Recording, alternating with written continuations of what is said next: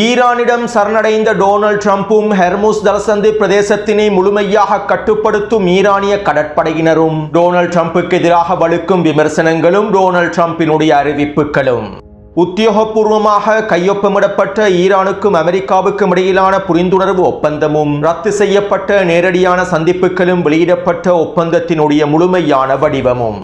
இந்த புரிந்துணர்வு ஒப்பந்தத்தினை கொண்டாட வேண்டாம், தற்போதைய நிலைமைகளை மாத்திரம் பார்வையிட வேண்டாம், இந்த போரானது இன்னும் முடிவடையவில்லை என எச்சரிக்கைகளை வெளியிட்டிருக்கக்கூடிய ஈரானிய தலைமைகள்.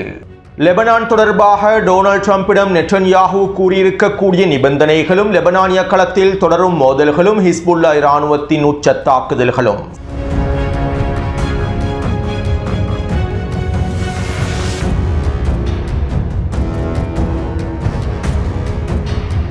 சிரியாவின் களத்திலே தம்பி ஜூலானின் தக்ஃபீரி படைக்குழுக்களுக்கும் சுஃபியானினுடைய ISIS பயங்கரவாத தக்ஃபீரி படைக்குழுக்களுக்கும் இடையிலான மோதல்கள் தொடர்ச்சியாக விரிவடைந்து வருகின்றன. கடந்த 2 நாட்களுக்கு முன்பு ISIS பயங்கரவாத தக்ஃபீரி படைகள் தம்பி ஜூலானின் தக்ஃபீரி படைகளை இலக்கு வைத்து தாக்குதல்களை மேற்கொண்டிருந்தன.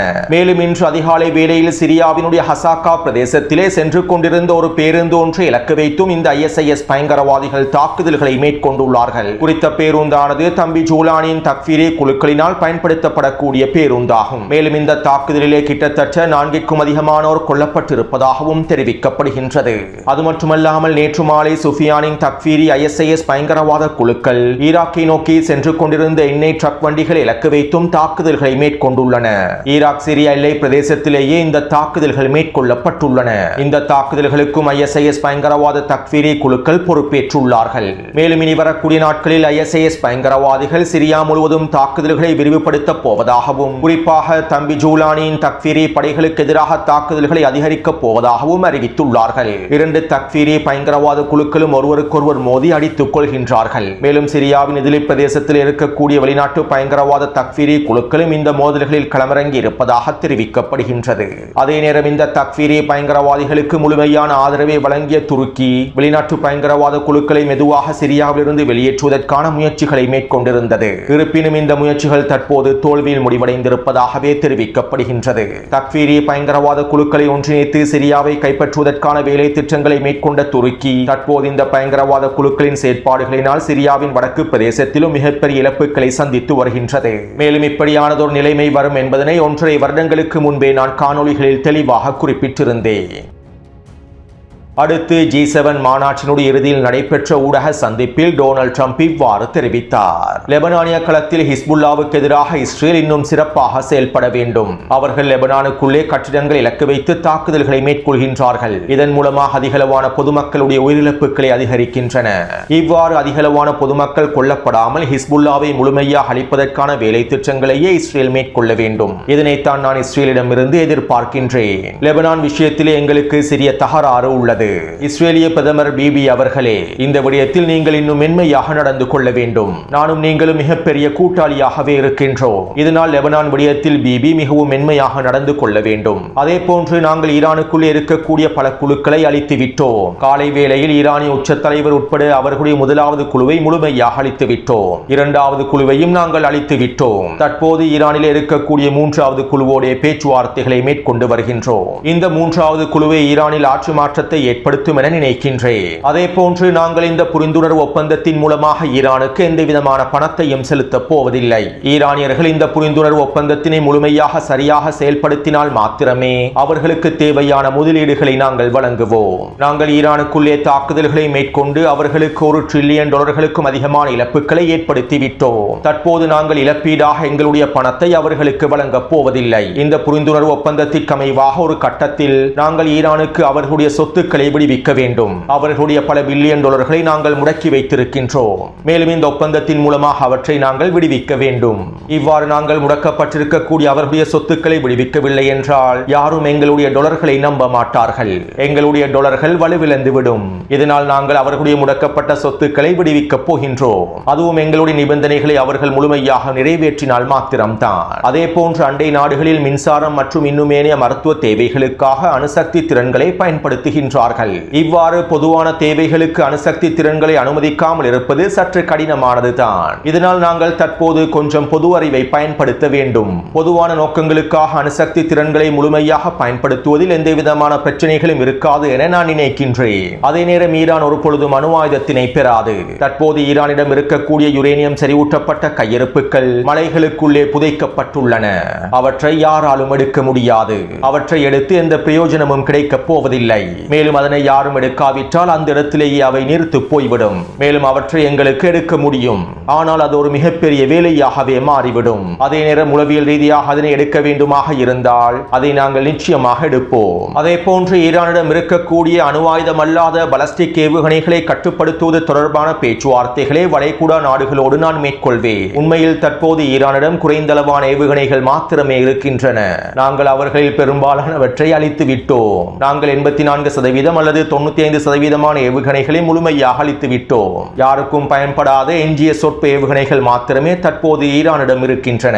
இதனால் யாருக்கும் எந்த விதமான ஆபத்தும் வரப்போவதில்லை. உண்மையில் இந்த ஏவுகணைகள் மிகப்பெரிய பிரச்சனை அல்ல. இந்த ஏவுகணைகள் இந்த உலகத்தை ஒன்றும் அளிக்கப் போவதில்லை. அத்தோடு ஈரான் இந்த ஒப்பந்தத்தினை முழுமையாக மதிக்காவிட்டால், இந்த ஒப்பந்தத்தினை முழுமையாக நடைமுறைப்படுத்தாவிட்டால், இறுதி ஒப்பந்தத்தினை எட்டாவிட்டால் நாங்கள் ஈரானுக்கு எதிராக மீண்டும் குண்டுவீச்சு தாக்குதல்களை ஆரம்பிப்போம். அவர்கள் ஒப்பந்தத்தினை முழுமையாக கடைபிடிக்கும் வரையில் நாங்கள் எங்களுடைய தாக்குதல்களை விரிவுபடுத்துவோம். மேலும் இந்த புரிந்துணர்வு ஒப்பந்தத்தின் மூலமாக இஸ்ரேலுக்கு மிகப்பெரிய வெற்றி கிடைக்க பெற்றுள்ளது. இதற்கு பிறகு ஈரானினால் இஸ்ரேலுக்கு எதிராக அணுகுண்டை வீச முடியாது. உண்மையில் இது ஒரு மிகப்பெரிய வெற்றி அல்லவா? நெட்டன்யாஹூ கேட்டதை போன்று நான் இதனை செய்துவிட்டேன். இஸ்ரேலுக்கு எதிராக ஈரானின் அணு ஆயுதங்கள் இருக்காது. ஈரானினுடைய அணு ஆயுதங்கள் முடக்கப்பட்டு விட்டன. அதே போன்று ஹெர்மோஸ் ஜலசந்தி பிரதேசம் முழுமையாக திறக்கப்பட்டு விட்டது. எங்களுடைய பங்கு சந்தைகள் தற்போது மிகப்பெரிய சாதனைகளை மேற்கொண்டு வருகின்றன. எண்ணெய் விலையானது பல மடங்கினால் குறைவடைந்து விட்டது. அமெரிக்க மக்கள் பெரும் மகிழ்ச்சி அடைகின்றார்கள். பங்கு சந்தை மிகப்பெரிய மகிழ்ச்சி கொண்டாட்டத்தில் இருக்கின்றது. மேலும் இந்த ஒப்பந்தத்தை விரும்பாத ஊடகங்கள் ஈரான் இந்த ஒப்பந்தத்திலே வெற்றி பெற்று விட்டதாக பிரச்சாரங்களை மேற்கொள்ளலாம். CNN, நியூயார்க் டைம்ஸ் ஊடகங்கள் இந்த பிரச்சாரங்களை மேற்கொள்ளும். ஈரான் தான் இந்த ஒப்பந்தத்தில் வெற்றி பெற்று விட்டதாக அவர்கள் அறிவிப்பார்கள். ஆனால் நாங்கள் தான் வெற்றி பெற்று விட்டோம். ஹெர்மோஸ் ஜலசந்தி பிரதேசம் முழுமையாக திறக்கப்பட்டு விட்டது. ஈரான் அணு ஆயுதத்தினை பெற்றுக் கொள்ளாது. எங்களுடைய இலக்குகளின் பெரும் பகுதியை நாங்கள் அடைந்து கொண்டு விட்டோம் என டொனால்ட் ட்ரம்ப் G7 மாநாட்டிலே தெரிவித்தார். அத்தோடு நாளைய தினம் வெள்ளிக்கிழமை ஜெனீவாவிலேயே குறித்த ஒப்பந்தமானது கைச்சாத்திடப்படுவதற்கு இருந்தது. அமெரிக்க துணை ஜனாதிபதி JD வான்ஸ் மற்றும் ஈரானினுடைய சபாநாயகர் முகமது கலிபாஃப் அவர்கள் சந்தித்து குறித்த ஒப்பந்தத்திலே கையொப்பமிடுவதற்கான வேலை திட்டங்கள் மேற்கொள்ளப்பட்டிருந்தன. இருப்பினும் இந்த சந்திப்புக்கு ஈரானிய மக்கள் எதிர்ப்பை வெளியிட்டிருந்தார்கள். காசாவிலும் லெபனானிலும் ஈரானிலும் இனப்படுகொலை செய்யக்கூடிய இந்த இனப்படுகொலையாளர்களை சந்தித்து அவர்களுடன் கைகளை குலுக்கி இந்த ஒப்பந்தத்தில் கையொப்பமிடுவதனை நாங்கள் ஒரு பொழுதும் ஏற்றுக்கொள்ளப் போவதில்லை என ஈரானிய மக்கள் தொடர்ச்சியான விமர்சனங்களை முன்வைத்து வந்தார்கள். மேலும் ஈரானிய களத்தில் குறித்த புரிந்துணர்வு ஒப்பந்தம் தொடர்பாக பல விமர்சனங்கள் காணப்படுகின்றன. முன்னைய காணொளிகளிலும் இவை தொடர்பாக நான் தெளிவாக குறிப்பிட்டுள்ளேன். பல ஈரானிய தலைமைகள் குறித்த புரிந்துணர்வு ஒப்பந்தத்தினை விரும்பவில்லை. மேலும் குறித்த புரிந்துணர்வு ஒப்பந்தம் தொடர்பாக ஈரானிய தலைமைகள் எச்சரிக்கைகளையும் வெளியிட்டுள்ளார்கள். இந்த காணொளியினுடைய இறுதியில் அதனை நான் தெளிவாக குறிப்பிடுகின்றேன். எனவே இப்படியான நிலைமையிலேயே நேரடியாக சந்திப்புகளை மேற்கொண்டு ஒப்பந்தத்தில் கையொப்பமிடுவதனை விட டிஜிட்டல் வழியாக ஒப்பந்தத்தில் கையொப்பமிடுவதற்கான முடிவுகள் எடுக்கப்பட்டன.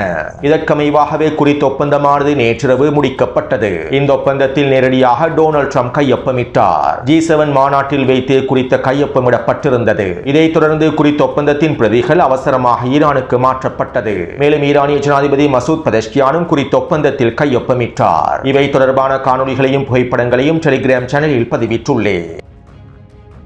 எனவே தற்போது அமெரிக்காவுக்கும் ஈரானுக்கும் இடையிலான புரிந்துணர்வு ஒப்பந்தமானது கைச்சாத்திடப்பட்டு விட்டது.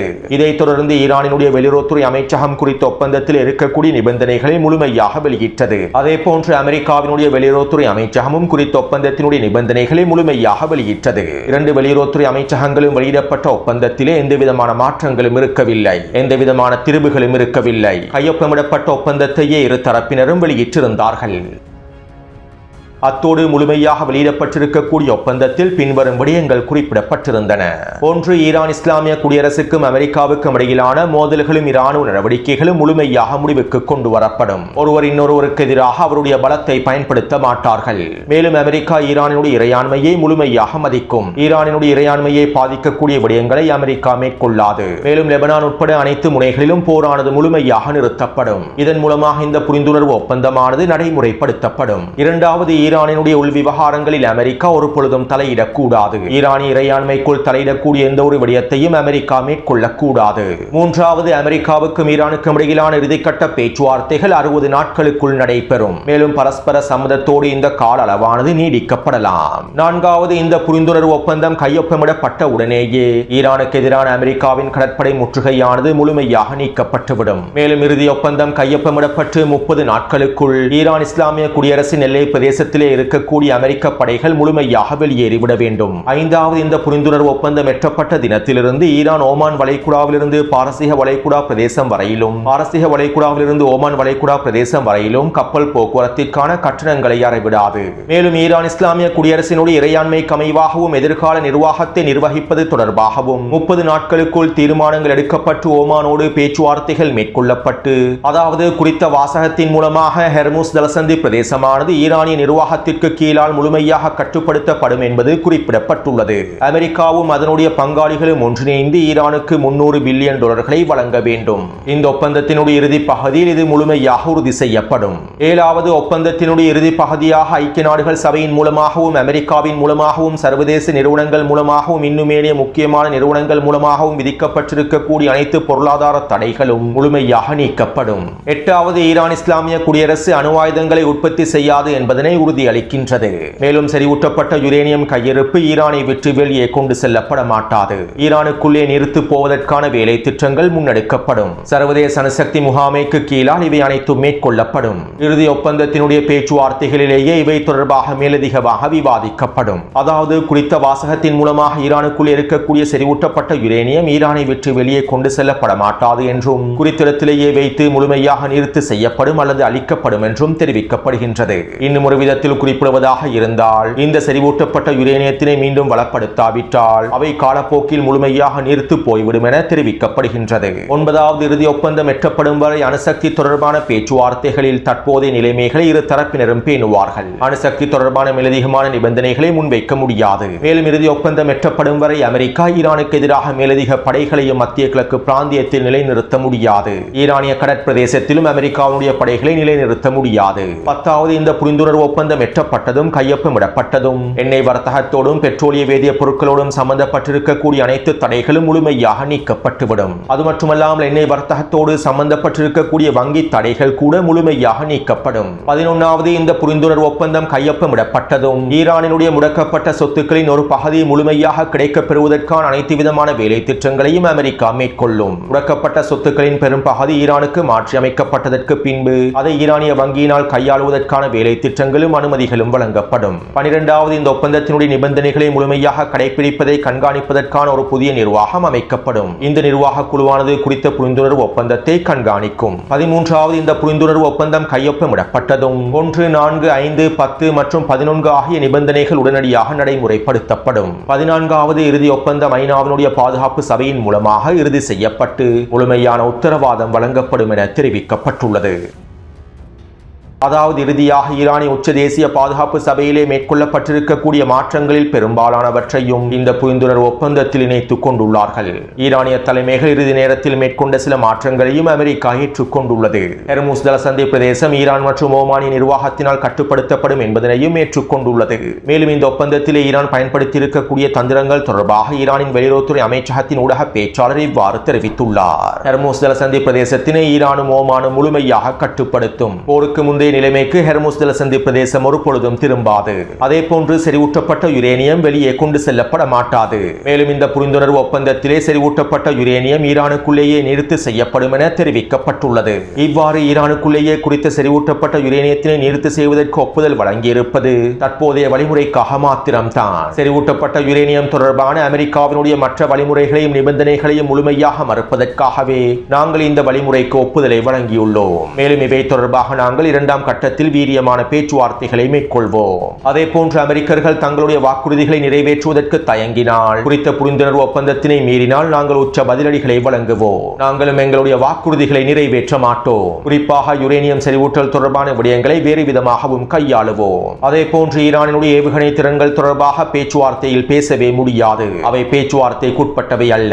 புரிந்துணர்வு ஒப்பந்தத்திலும் இரண்டாம் கட்ட பேச்சுவார்த்தைகளிலும் ஏவுகணை திறன்கள் தொடர்பாக ஒரு வார்த்தை கூட பேசப்பட மாட்டாது. அதே போன்று நாங்கள் அமெரிக்காவையும் ஜியோனிச ஆக்கிரமிப்பையும் பிரித்து பார்க்கவில்லை. இவர்கள் யார் என்று எங்களுக்கு நன்றாகவே தெரியும். இதனால் நாங்கள் அனைத்து முனைகளிலும் கவனமாகவே நடந்து கொள்வோம். முழுமையான தயார் நிலையிலேயே தற்போதும் நாங்கள் இருக்கின்றோம். மேலும் வெள்ளிக்கிழமை சந்திப்பானது சில மணி நேரம் வரையில் உறுதிப்படுத்தப்பட்டிருந்தது. இருப்பினும் தற்போது இரண்டு நாட்டினுடைய ஜனாதிபதிகளும் கையொப்பமிட்டிருப்பதனால் வெள்ளிக்கிழமை சந்திப்பு தேவைப்படாது. மேலும் இவை தொடர்பான அடுத்த கட்ட அறிவிப்புகளையும் நாங்கள் விரைவாக வெளியிடுவோம் என ஈரானிய வெளியுறவுத்துறை அமைச்சகத்தினுடைய ஊடக பேச்சாளர் தெரிவித்தார். அத்தோடு இந்த ஒப்பந்தத்தினுடைய முழுமையான வடிவங்கள் வெளியிடப்பட்டதற்கு பின்பு அமெரிக்க அரசியல் களத்திலே டொனால்ட் ட்ரம்பினுடைய கட்சியை சேர்ந்தவர்களும் ஜோ பைடனின் கட்சியை சேர்ந்தவர்களும் டொனால்ட் ட்ரம்புக்கு எதிரான விமர்சனங்களை முன்வைத்து வருகின்றார்கள். ஈரானுக்கும் அமெரிக்காவுக்கும் இடையிலான ஒப்பந்தமானது முழுமையான சரணடைதலாகும். டொனால்ட் ட்ரம்ப் இப்படி ஒரு ஒப்பந்தத்தை முடிப்பார் என நாங்கள் எதிர்பார்க்கவில்லை. அமெரிக்கா முழுமையாக ஈரானிடம் சரணடைந்து விட்டது. இந்த நிலைமையானது எங்களுக்கு மிக பெரும் அவமானத்தை ஈட்டி தந்துள்ளது. உண்மையில் நாங்கள் தோல்வி அடைந்து விட்டோம் என அமெரிக்க செனட்டர்களில் பல பேர் தொடர்ச்சியான கருத்துக்களையும் விமர்சனங்களையும் முன்வைத்து வருகின்றார்கள். அத்தோடு குறித்த புரிந்துணர்வு ஒப்பந்தமானது அமெரிக்காவுக்கும் இஸ்ரேலிய ஆக்கிரமிப்புக்கும் இடையிலே விரிசல்களை ஏற்படுத்திவிட்டது. டொனால்ட் ட்ரம்புக்கும் நெட்டன்யாகுவுக்கும் இடையிலே விரிசல்களை ஏற்படுத்திவிட்டது என தொடர்ச்சியான பிரச்சாரங்களும் செய்திகளும் வெளியிடப்பட்டு வருகின்றன. இந்த செய்திகளை நான் உங்களுக்கு தரப்போவதில்லை. ஏனென்றால் இவை அனைத்தும் திட்டமிடப்பட்ட போலி பிரச்சாரங்களாகும். அமெரிக்காவுக்கும் இஸ்ரேலிய ஆக்கிரமிப்புக்கும் இடையிலான உறவுகளில் எந்தவிதமான மாற்றங்களும் ஏற்பட போவதில்லை. ஜியோனிச கொள்கைகளுக்கு கீழால் இருவரும் நண்பர்களாகவே இருக்கின்றார்கள். மேலும் ஒரு விடயத்தில் மாத்திரமே இரு தரப்பினருக்கும் இடையில் கருத்து வேறுபாடு ஏற்பட்டுள்ளது. இது தொடர்பாக நேற்றைய காணொலியில் நான் தெளிவாக குறிப்பிட்டுள்ளேன். மேலும் இந்த ஒப்பந்தமானது ஒரு பொழுதும் போரை முடிவுக்கு கொண்டு வராது. இறுதி ஒப்பந்தம் எட்டப்படுவதற்கான வாய்ப்புகள் குறைவாகவே இருக்கின்றன. அமெரிக்க தேர்தலுக்கு பின்பு டொனால்ட் ட்ரம்பும் நெட்டன்யாகுவும் ஒன்றிணைந்து ஈரானுக்கு எதிரான போரை தொடருவார்கள். இதனால் தற்போது டொனால்ட் ட்ரம்ப் வெளியிடக்கூடிய கருத்துக்களை யாரும் முழுமையாக நம்பிவிடக் கூடாது. மேலும் என்னுடைய காணொலிகளை தொடர்ச்சியாக பார்வையிடுபவர்கள் ஒரு பொழுதும் டொனால்ட் ட்ரம்பினுடைய இந்த கருத்துக்களை நம்ப போவதில்லை. உலக அரசியலில் அமெரிக்காவும் இஸ்ரேலிய ஆக்கிரமிப்பும் எவ்வாறு செயற்படுகின்றது என்பது என்னுடைய காணொலிகளை தொடர்ச்சியாக பார்வையிடுபவர்களுக்கு நன்றாகவே தெரிந்திருக்கும். அத்தோடு இந்த புரிந்துணர்வு ஒப்பந்தம் தொடர்பாக ஈரானிய தேசிய பாதுகாப்பு சபையினுடைய ஊடக பேச்சாளர் இவ்வாறு தெரிவித்துள்ளார். இந்த புரிந்துணர்வு ஒப்பந்தத்தினை பெரிதாக கொண்டாட வேண்டாம். இந்த புரிந்துணர்வு ஒப்பந்தத்தினை ஊக்குவிப்பதற்காக ஈரானினுடைய பொது நிதியை பயன்படுத்த வேண்டாம். இன்றைய நிலைமைகளை மாத்திரம் பார்க்காதீர்கள். இந்த புரிந்துணர்வு ஒப்பந்தத்தினை புனிதமாக கொண்டாடாதீர்கள். இந்த புரிந்துணர்வு ஒப்பந்தம் ஒன்றும் புனிதமான ஒப்பந்தம் அல்ல. மேலும் இந்த புரிந்துணர்வு ஒப்பந்தத்தினை கொண்டாடி ஒரு மிகப்பெரிய கௌரவ பிரச்சனையாக அதனை மாற்றி விடாதீர்கள். நாளை என்ன நடக்கும் என்பது யாருக்கும் தெரியாது. மேலும் இந்த உடன்படிக்கையை பாதுகாப்பதற்காக கண்ணியமான படித்த மக்களை மாத்திரம் பயன்படுத்துங்கள். குறித்த ஒப்பந்தத்தில் இருக்கக்கூடிய சிக்கல்களை மூடி மறைப்பதற்கு யாரும் முயற்சி செய்ய வேண்டாம். இந்த ஒப்பந்தத்தினுடைய பிரச்சனையை தொடர்பான விமர்சனங்களை மூடி மறைப்பதற்கு யாரும் முயற்சி செய்ய வேண்டாம். மேலும் இதற்காக ஊடக பிரபலங்களையும் பயன்படுத்த வேண்டாம். ஈரானிய அரசாங்கம் குறித்த புரிந்துணர்வு ஒப்பந்தம் தொடர்பான விமர்சனங்களை முழுமையாக புரிந்து கொள்ள வேண்டும். அவற்றை ஏற்றுக்கொள்ள வேண்டும். விசுவாசமுள்ள ஈரானிய மக்களை விட எந்த ஒரு ஒப்பந்தமும் எங்களுக்கு பெரிதல்ல. இந்த புரிந்துணர்வு ஒப்பந்தம் நன்மை என்று நீங்கள் கருதினால் அவற்றை தர்க்க காரணத்தோடு முன்வைத்து அவற்றை நிறைவேற்ற வேண்டும். முடிவெடுப்பதையும் கொள்கைகளை வகுப்பதனையும் நியாயப்படுத்துவதற்காக புரட்சி தலைவர்களையும் புரட்சிக்கான காரணங்களையும் பயன்படுத்தி விட வேண்டாம். மேலும் அனைவரும் எச்சரிக்கையாகவும் அவதானத்தோடும் கவனமாகவும் இருந்து கொள்ளுங்கள். இந்த புரிந்துணர்வு ஒப்பந்தம் போரை முடிவுக்கு கொண்டு வரவில்லை. ஜியோனிச ஆக்கிரமிப்பாளர்களை தெளிவாக புரிந்து கொள்ளுங்கள். ஈரானிய மக்கள் அனைத்திற்கும் எப்போதும் தயாராகவே இருக்க வேண்டும் என ஈரானிய பாராளுமன்றத்தின் தேசிய பாதுகாப்பு சபையினுடைய ஊடக பேச்சாளர் தெரிவித்துள்ளார். உண்மையிலேயே தற்போதைய யதார்த்தமான நிலைமை இதுதான். இந்த புரிந்துணர்வு ஒப்பந்தத்திலே ஈரான் பல சாதனைகளை மேற்கொண்டுள்ளது. அதே நேரம் இந்த புரிந்துணர்வு ஒப்பந்தத்திலே மிகப்பெரிய சிக்கல்களும் இருக்கின்றன. தெளிவாக கூறுவதாக இருந்தால் இந்த புரிந்துணர்வு ஒப்பந்தத்தினுடைய மிக முக்கியமான ஆபத்தான பகுதியே இந்த ஒப்பந்தத்தினுடைய இரண்டாவது கட்டம் தான். இந்த ஒப்பந்தத்தினுடைய இரண்டாவது கட்டம் வெற்றி அளிக்காவிட்டால் மீண்டும் போர்க்களம் ஆரம்பமாகிவிடும். அமெரிக்கா மற்றும் இஸ்ரேலிய ஆக்கிரமிப்பும் வெவ்வேறானவர்கள் அல்ல. இந்த ஜியோனிச ஆக்கிரமிப்பாளர்கள் எப்போதும் ஒன்றுபட்டே இருப்பார்கள். அவர்களுடைய தேவைகளை நிறைவேற்றுவதற்காகவும் மக்களை ஏமாற்றுவதற்காகவும் தந்திரமாக அவர்களுடைய ஒற்றுமைகளை பயன்படுத்திக் கொள்வார்கள். மேலும் இவர்களுடைய உறவுகளுக்கு இடையிலே எந்தவிதமான விரிசலும் ஏற்பட போவதில்லை. களத்தினுடைய உண்மையான யதார்த்தம் இதுதான். இதனைத்தான் ஈரானிய தலைமைகளும் எச்சரிக்கையாக வெளியிட்டுள்ளார்கள். மசூத் பெஸஷ்கியானுடைய அரசாங்கத்திற்கு எதிராகவே இந்த எச்சரிக்கைகளும் விடுவிக்கப்பட்டுள்ளன. எனவே இந்த உண்மைகளையும் நாங்கள் தெளிவாக புரிந்து கொள்ள வேண்டும். கண்மூடித்தனமாக இந்த ஒப்பந்தத்தினை நாங்கள் ஒரு பொழுதும் கொண்டாடக்கூடாது. ஏனென்றால் இந்த போரானது இன்னும் முடிவடையவில்லை. இறுதிப் போரினுடைய ஆரம்பத்தில் தான் நாங்கள் இன்னும் இருக்கின்றோம். அத்தோடு தெற்கு லெபனான் பிரதேசத்திலே இஸ்ரேலிய ஆக்கிரமிப்பு தாக்குதல்களை தொடர்ச்சியாக மேற்கொண்டு வருகின்றது. மேலும் தெற்கு லெபனான் எல்லை பிரதேசங்களிலிருந்து இஸ்ரேலிய ஆக்கிரமிப்பு வெளியேறப் போவதில்லை என்றும் அறிவித்துள்ளது. இது தொடர்பாக நெட்டன்யாஹூ டொனால்ட் ட்ரம்போடு கலந்துரையாடல்களை மேற்கொண்டிருப்பதாகவும் தெற்கு லெபனான் பிரதேசத்திலிருந்து முழுமையாக படைகளை வெளியேற்றுவதற்கு ஈடாக குறிப்பிட்ட சிறிதளவு படைகளை மாத்திரம் நிலைத்திருக்க வைப்பதற்கான அனுமதியை நெட்டன்யாஹூ டொனால்ட் ட்ரம்பிடமிருந்து பெற்றுக் கொண்டிருப்பதாகவும் இஸ்ரேலிய ஊடகங்கள் தெரிவித்துள்ளன. மேலும் ஹிஸ்புல்லா இராணுவத்தினரும் தெற்கு லெபனான் பிரதேசத்தில் நிலை கொண்டிருக்கக்கூடிய இஸ்ரேலிய ஆக்கிரமிப்புக்கு எதிராக தாக்குதல்களை மேற்கொண்டு வருகின்றார்கள். கடந்த 24 மணித்தியாலங்களுக்குள் 2 தாக்குதல்கள் மேற்கொள்ளப்பட்டுள்ளன. இஸ்ரேலிய ஆக்கிரமிப்பு சிப்பாய்கள் இலக்கு வைத்து ட்ரோன் தாக்குதல்களும் பொறிவைத்த தாக்குதல்களும் மேற்கொள்ளப்பட்டுள்ளன. இந்த தாக்குதல்களிலே குறைந்தது 5க்கும் அதிகமான சிப்பாய்கள் அளிக்கப்பட்டிருப்பதாக தெரிவிக்கப்படுகின்றது. எனவே லெபனானிய களத்தில் போரானது தொடர்கின்றது. அத்தோடு இந்த காணொளி தொடர்பான கருத்துக்களை பதிவிடுங்கள். தொடர்ந்தும் என்னுடன் இணைந்திருங்கள். நன்றி, வணக்கம்.